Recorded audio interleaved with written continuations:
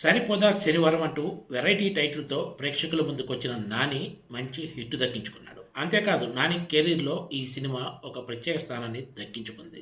అది ఎలా అంటే ఇప్పటికే దసరా సినిమా 100 కోట్ల రూపాయల గ్రాస్ వసూళ్లను సాధించగా నాని కెరీర్లోనే 100 కోట్ల రూపాయల గ్రాస్ వసూలు సాధించిన రెండవ సినిమాగా ఈ సరిపోదా శనివారం నిలిచింది. ఆగస్టు 29న ప్రేక్షకుల ముందుకు వచ్చిన సరిపోదా శనివారం మూవీ ఇప్పుడు ఓటీటీలోకి వస్తుంది. సెప్టెంబర్ 26 నుంచి ఇది నెట్ఫ్లిక్స్లో స్ట్రీమింగ్ కానుంది. తెలుగుతో పాటు హిందీ, తమిళం, మలయాళ, కన్నడ భాషల్లో ఇది అందుబాటులో ఉంటుందని నెట్ఫ్లిక్స్ వెల్లడించింది. ఈ సినిమాలో హీరో నానితో పాటు నెగటివ్ రోల్లో కనిపించిన ఎస్జే సూర్య నటనకు కూడా మంచి ప్రశంసలు దక్కాయి. వివేక్ ఆత్రేయ తెరకెక్కించిన ఈ మూవీలో నానికి జోడీగా ప్రియాంక మోహన్ నటించారు. నాని అటు క్లాస్ సినిమాలతో పాటు ఇటు మాస్ సినిమాల మార్కెట్ను పెంచుకునే పనిలో ఉన్నట్లు టాలీవుడ్ వర్గాలు చెప్తున్నాయి. ఈ విషయంలో ఆయన ఇప్పటికే సక్సెస్ సాధించినట్లు చెప్పొచ్చు. ఎందుకంటే అటు దసరా ఇటు సరిపోదా శనివారం సినిమాలు బాక్సాఫీస్